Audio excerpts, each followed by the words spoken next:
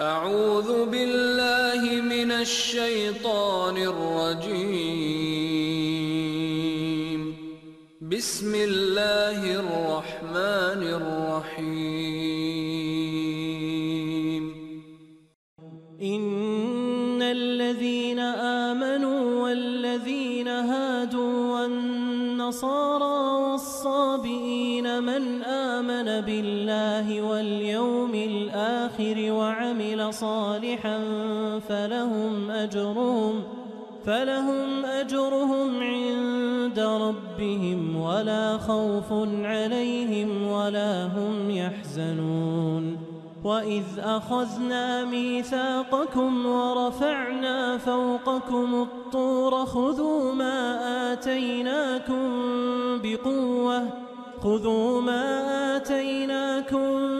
بقوة واذكروا ما فيه لعلكم تتقون.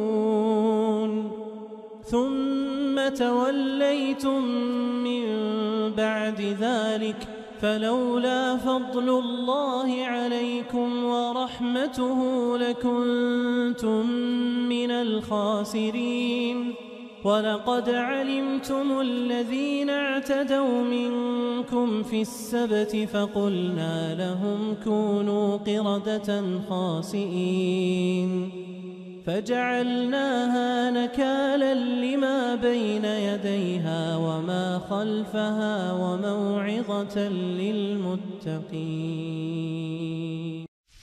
الوحيين إشراق البرايا ويقوى السد في وجه الغواية إلى الرحمن يممنا المطايا بهدي الله نبلغ خير غاية بهدي الله نبلغ خير غاية.